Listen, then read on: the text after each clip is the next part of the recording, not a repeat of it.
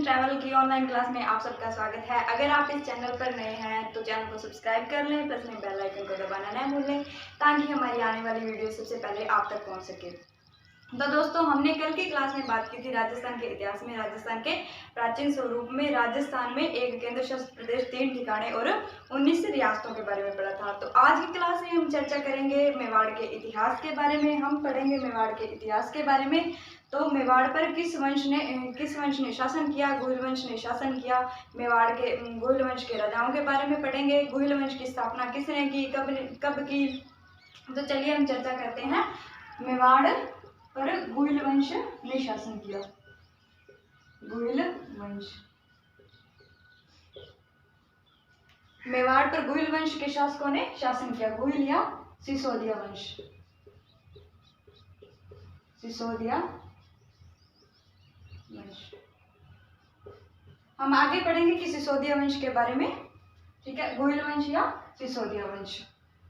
गुहिल वंश को संसार का सबसे प्राचीन वंश कहा जाता है। गुहिल वंश को संसार का सबसे प्राचीन वंश कहा जाता है। संसार का सबसे प्राचीन वंश, प्राचीन वंश कहा जाता है।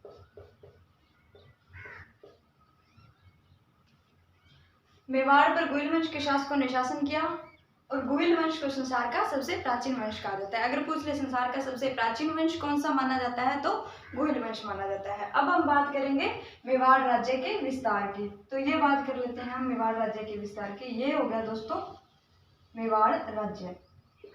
मेवाड़ राज्य का क्षेत्र, मेवाड़ राज्य का क्षेत्र। तो हम बात करेंगे मेवाड़, प्राचीन मेवाड़ राज्य के तहत जो भूभाग आता था, जोधपुर के आसपास का क्षेत्र मेवाड़ राज्य में सम्मिलित था। वर्तमान में मेवाड़ राज्य में कौन कौन से जिले आते हैं? वर्तमान में एक तो आता है भीलवाड़ा का कुछ भाग, भीलवाड़ा का भाग। नंबर 2 राजसमंद, फिर उदयपुर और चित्तौड़गढ़। मेवाड़ राज्य में वर्तमान में भीलवाड़ा का भूभाग, राजसमंद, उदयपुर और चित्तौड़गढ़ आता है।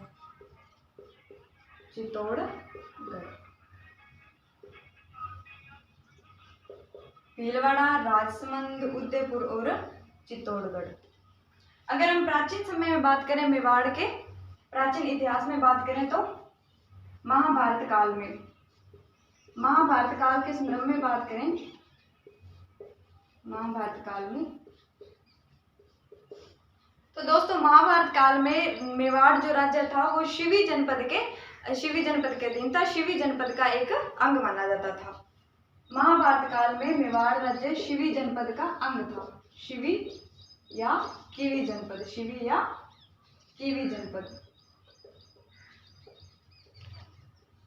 शिवी जनपद की राजधानी थी, शिवी जनपद की राजधानी थी माध्यमिका।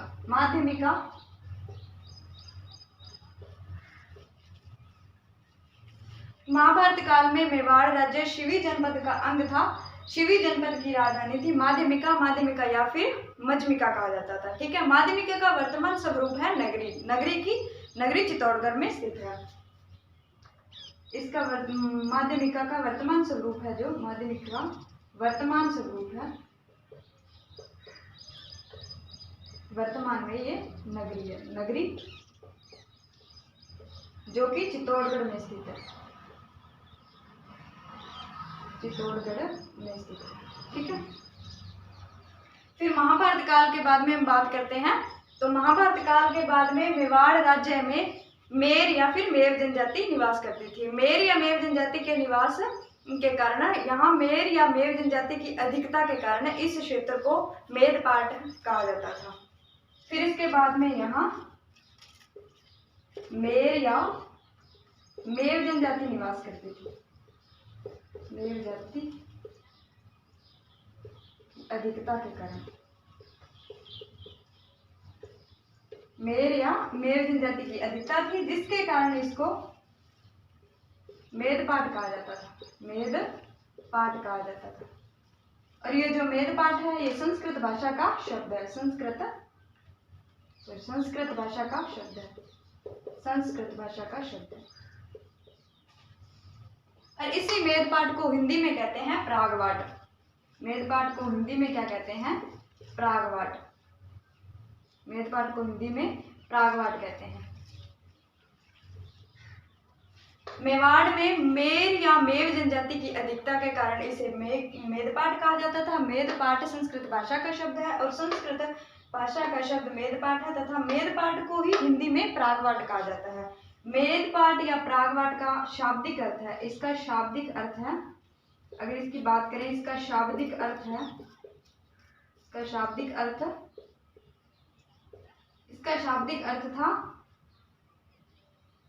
शाब्दिक अर्थ है मेरो या मेवों का देश। मेवाड़ राज्य पर गुहिल वंश के शासकों ने राज किया। ठीक है, गुहिल वंश संसार का सबसे प्राचीन वंश माना जाता है। फिर हम मेवाड़ राज्य के विस्तार के बारे में बात करते हैं। मेवाड़ राज्य का वर्तमान स्वरूप है भीलवाड़ा का कुछ भाग, राजसमंद, उदयपुर, चित्तौड़गढ़, ये 4 जिले मेवाड़ राज्य में सम्मिलित हैं। ठीक है, उसके बाद में महाभारत काल में बात कर लेते हैं। महाभारत काल में मेवाड़ शिवी या फिर किवी जनपद का हिस्सा था। ठीक है, किवी जनपद का हिस्सा था और किवी जनपद या शिवी जनपद की राजधानी थी माध्यमिका। माध्यमिका को मजमिका भी कहते थे, जिसका वर्तमान स्वरूप नगरी है और नगरी चित्तौड़गढ़ में स्थित है। ठीक है, अब हम बात करते हैं मेवाड़ का झंडा। अब हम बात कर लेते हैं मेवाड़ के झंडे के बारे में। तो इस प्रकार था मेवाड़ का झंडा, कुछ इस प्रकार था मेवाड़ का झंडा।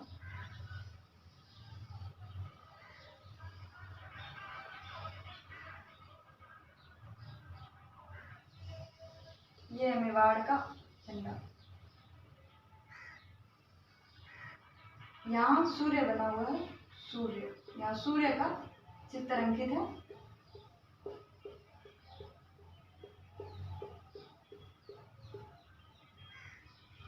यहाँ एक वाक्य लिखा हुआ है,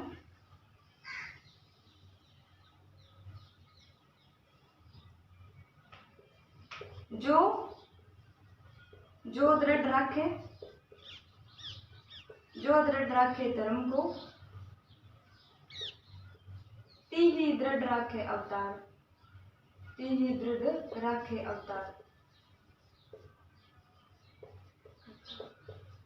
जो दृढ़ राखे धर्म को, ती ही दृढ़ राखे करतार। इसका शाब्दिक अर्थ है कि जो धर्म की रक्षा करता है, करतार अर्थात सृष्टि का पालनहार भी उसी की रक्षा करता है। ठीक है, इसके झंडे के बीचों बीच, बिल्कुल बीचों बीच चित्तौड़गढ़ लिखा हुआ है, चित्तौड़गढ़, जो चित्तौड़गढ़ दुर्ग के चित्र को दर्शाता है, चित्तौड़गढ़ दुर्ग के दृश्य को दर्शाता है। झंडे के दोनों तरफ एक एक सेनापति का चित्र अंकित है। एक तरफ भील सेनापति का है और एक तरफ राजपूत योद्धा जिसे क्षत्रिय योद्धा भी कहते हैं। ठीक है, तो ये हो गया भील योद्धा, ये भील योद्धा हो गया। ठीक है, भील योद्धा। और इस तरफ राजपूत योद्धा हो गए, इस तरफ राजपूत योद्धा हो गया, राजपूत योद्धा जिसे क्षत्रिय योद्धा भी कहते हैं। राजपूत योद्धा को क्षत्रिय योद्धा भी कहते हैं। राजपूत योद्धा के हाथ में तलवार है, राजपूत योद्धा के हाथ में क्या है? तलवार। और जो भील योद्धा है इसके हाथ में भाला है, भील योद्धा के हाथ में भाला है।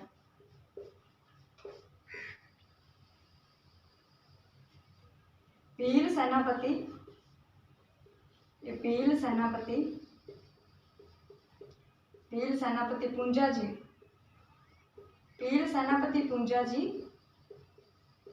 जो कि भील सेनापति पुंजा जी जो कि महाराणा प्रताप की सेना के सेनापति थे। भील सेनापति पुंजा जी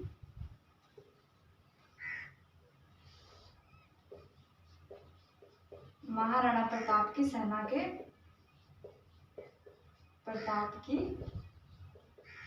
के सेनापति थे। ठीक है, सेना के सेनापति थे। ये तिरंगा हो गया, मेवाड़ का झंडा हो गया। झंडे के बिल्कुल बीचों बीच चित्तौड़गढ़ लिखा हुआ है, जो चित्तौड़गढ़ दुर्ग के दृश्य को दर्शाता है। और इसके नीचे एक आदर्श वाक्य लिखा हुआ है, जो दृढ़ रखे धर्म को ती ही रखे करतार। इसका मतलब है जो धर्म की रक्षा करता है, करतार अर्थात सृष्टि का पालनहार भी उसी की ही रक्षा करता है। तो इस तिरंगे के दोनों तरफ, एक तरफ भील योद्धा बना हुआ है और दूसरी तरफ राजपूत योद्धा बना हुआ है। राजपूत योद्धा के हाथ में तलवार है और भील योद्धा के हाथ में भाला है। ठीक है, ये जो भील योद्धा है वो भील सेनापति पूंजा जी को दर्शाता है। पूंजा जी महाराणा प्रताप की सेना के सेनापति थे, जिसने हल्दी घाटी युद्ध में महाराणा प्रताप की सेना की तरफ से भाग लिया था। ठीक है, ये जो झंडे के ऊपर सूर्य का चित्र अंकित है, ये यह दर्शाता है कि गोइल वंश के शासक सभ्य को सूर्यवंशी मानते थे।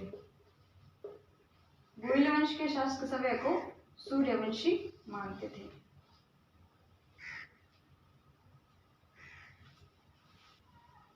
अब हम बात करते हैं गोइल वंश की उत्पत्ति के बारे में। गोइल वंश की उत्पत्ति से संबंधित तथ्य। गोइल वंश की उत्पत्ति से संबंधित तथ्य के बारे में बात कर लेते हैं। गोइल वंश की उत्पत्ति से संबंधित इतिहास में महत्वपूर्ण दो तथ्य मिलते हैं, एक तो अबुल फजल और दूसरा कर्नल जेम्स टोड का। दो तथ्य मिलते हैं, पहला है अबुल फजल।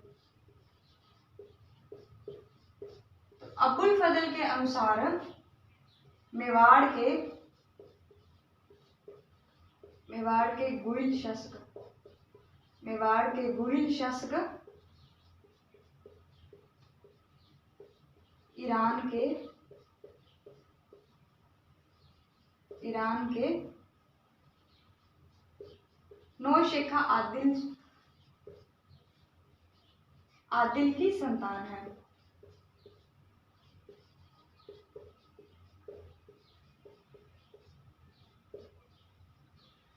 अबुल फजल के अनुसार मेवाड़ के जो गोइल शासक हैं वो ईरान के नौशेखा आदिल की संतान है। ठीक है, अब हम बात कर लेते हैं कर्नल जेम्स टोड के मतानुसार। कर्नल जेम्स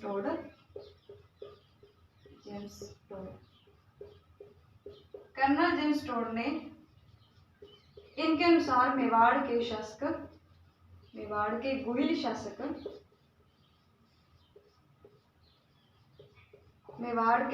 शासक गुजरात के शिलादित्य की संतान है।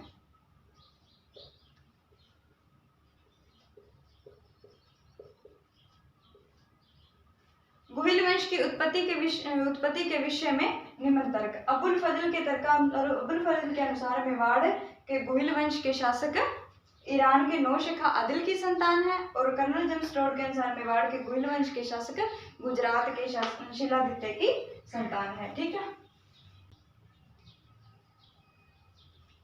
मेवाड़ के शासक समय को सूर्यवंशी मानते थे। मेवाड़ के शासक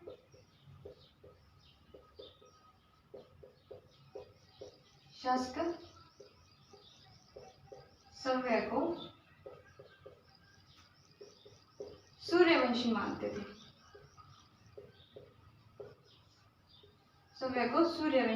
मानते थे। हम इस बात के प्रमाण देखेंगे कि इस बात के प्रमाण कहाँ मिलते हैं कि मेवाड़ के शासक सभ्य को सूर्यवंशी मानते थे। सूर्यवंशी। ठीक है, एक तो मेवाड़ के शासक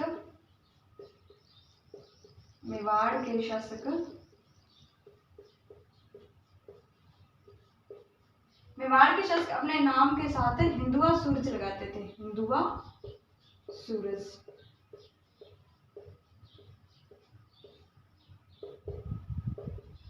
मेवाड़ के शासक अपने नाम के साथ हिंदुआ सूरज लगाते थे और वो अपने नाम की शोभा हिंदुआ सूरज लगवाकर बढ़ाते थे। ठीक है, दूसरे नंबर पर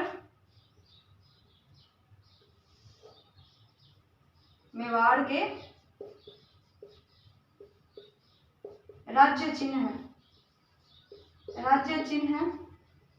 या फिर झंडे पर सूर्य का चित्र अंकित था, जो इस बात को प्रमाणित करता है कि मेवाड़ के शासक सभ्य को सूर्यवंशी मानते थे। मेवाड़ के राज्य चिन्ह या मेवाड़ के झंडे पर सूर्य का चित्र अंकित था, जो इस बात को प्रमाणित करता है कि मेवाड़ के शासक सभ्य को सूर्यवंशी मानते थे। तीसरी बात, कालभोज या बप्पा रावल।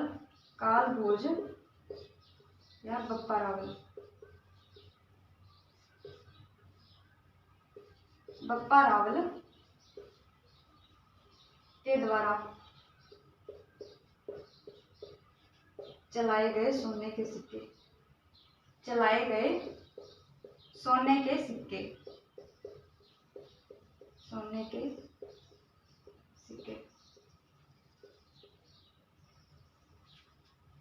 कालभोज या बप्पा रावल के द्वारा चलाए गए सोने के सिक्के भी इस बात को प्रमाणित करते हैं कि मेवाड़ के शासक समय को सूर्यवंशी मानते थे। ठीक है, मेवाड़ का एक महाराणा था, मेवाड़ का महाराणा रायमल, जिसने अपने लेख में एक शब्द लिखवाया था। मेवाड़ का महाराणा रायमल ने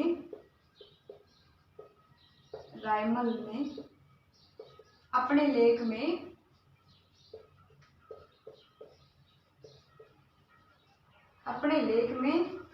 समय को सूर्यवंशीय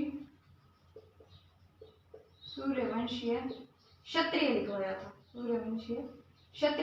था।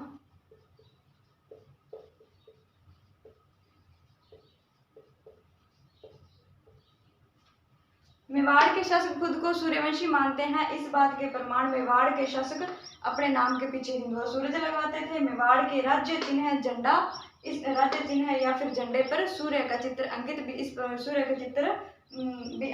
ये इस बात को प्रमाणित करता है कि मेवाड़ के शासक सभ्य को सूर्यवंशी मानते हैं। इसी के साथ कालभोज या बप्पा रावल के द्वारा चलाए गए सोने के सिक्कों पर भी सूर्य का चित्र अंकित होना भी इसी बात को प्रमाणित करता है कि मेवाड़ के शासक सभ्य को सूर्यवंशी मानते थे।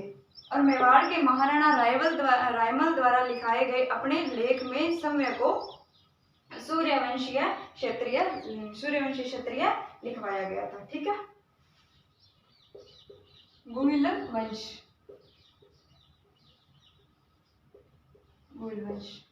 अब हम गोइल वंश के बारे में थोड़ी सी बातें जान लेते हैं। गोइल वंश की कुल देवी गोइल वंश की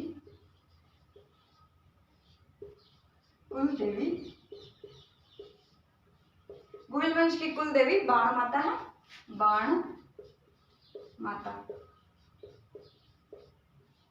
बाण माता के मंदिर राजस्थान में दो जगह पर है। एक तो चित्तौड़गढ़ दुर्ग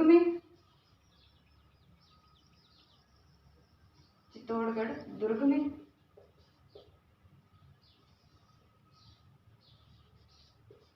दूसरा है केलवाड़ा राजसमंद में।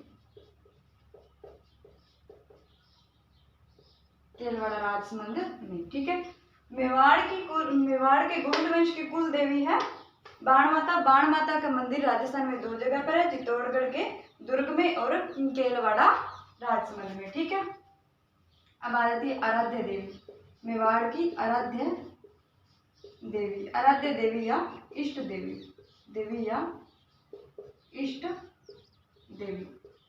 आराध्य देवी या इष्ट देवी ये है चार भुजा माता।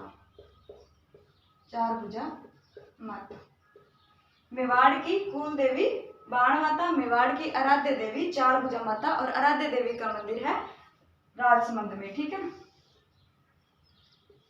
अब मेवाड़ के कुल देवता की बात कर लेते हैं। कुल देवता, तो कुल देवता में है एकलिंग नाथ जी। कुल देवता है एक लिंग नाथ जी।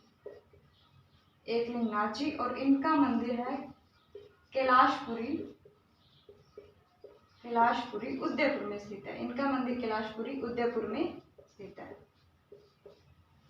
मेवाड़ के कुल देवता एकलिंगनाथ जी, जिसका मंदिर उदयपुर के कैलाशपुरी में स्थित है। इसका निर्माण बप्पा रावल ने करवाया था।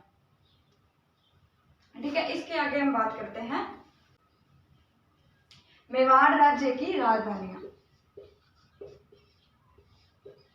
मेवाड़ राज्य की राजधानियां, राजधानियां।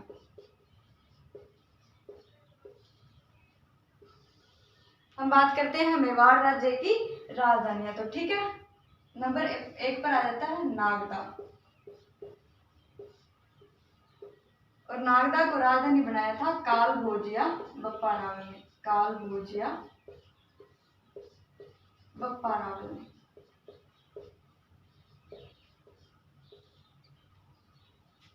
फिर नंबर 2 पर है आहड़।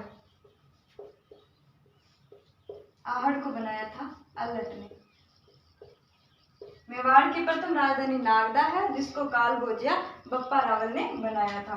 ठीक है, फिर उसके बाद में नागदा के बाद में आहड़, आहड़ को अल्लट ने बनाया था। नंबर 3 पर आ गया चित्तौड़गढ़। नंबर 3 पर चित्तौड़गढ़, जिसको राजधानी के रूप में महाराणा जित्तर सिंह ने बनवाया था। महाराणा जित्तर सिंह ने बनाया था। नंबर 3 पर चित्तौड़गढ़, इसको राजधानी के रूप में महाराणा जित्तर सिंह ने बनाया था। अब नंबर 4 उदयपुर, और नंबर 5 गोगुंदा।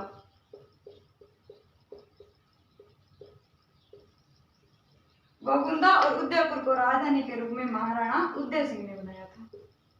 महाराणा उदय सिंह ने।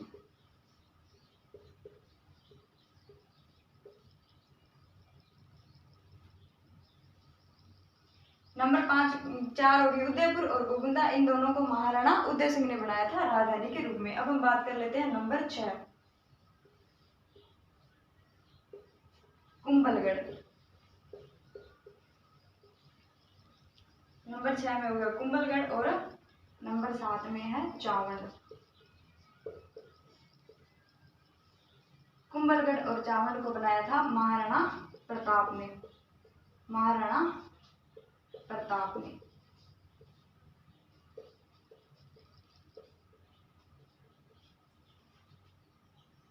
अब हम बात कर लेते हैं नंबर 8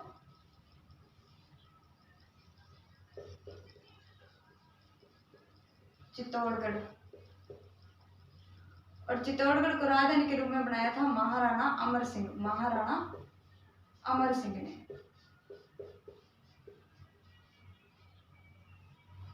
फिर नंबर 9 पर है उदयपुर।